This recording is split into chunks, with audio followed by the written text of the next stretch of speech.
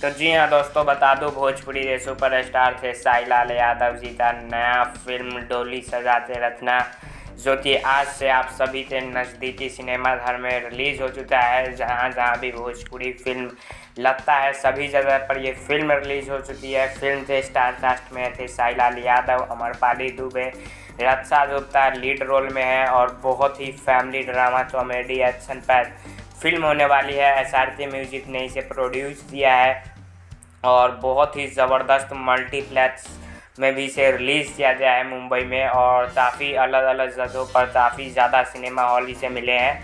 50 से 55 cinema hall बताया जा रहा है कि इस फिल्म को मिले हैं। जी हाँ दोस्तों, तो आप लोग जाइए अपने अपने नज़दीकी सिनेमा हॉल में, देखिए डोली सजाते रखना फिल्म। और फिल्म अगर आप लोगों ने देख लिया है या फिर देखने जाएंगे तो उसके बाद कमेंट बॉक्स में रिव्यू हमें ज़रूर दीजिए। तब तक के लिए जय हिंद।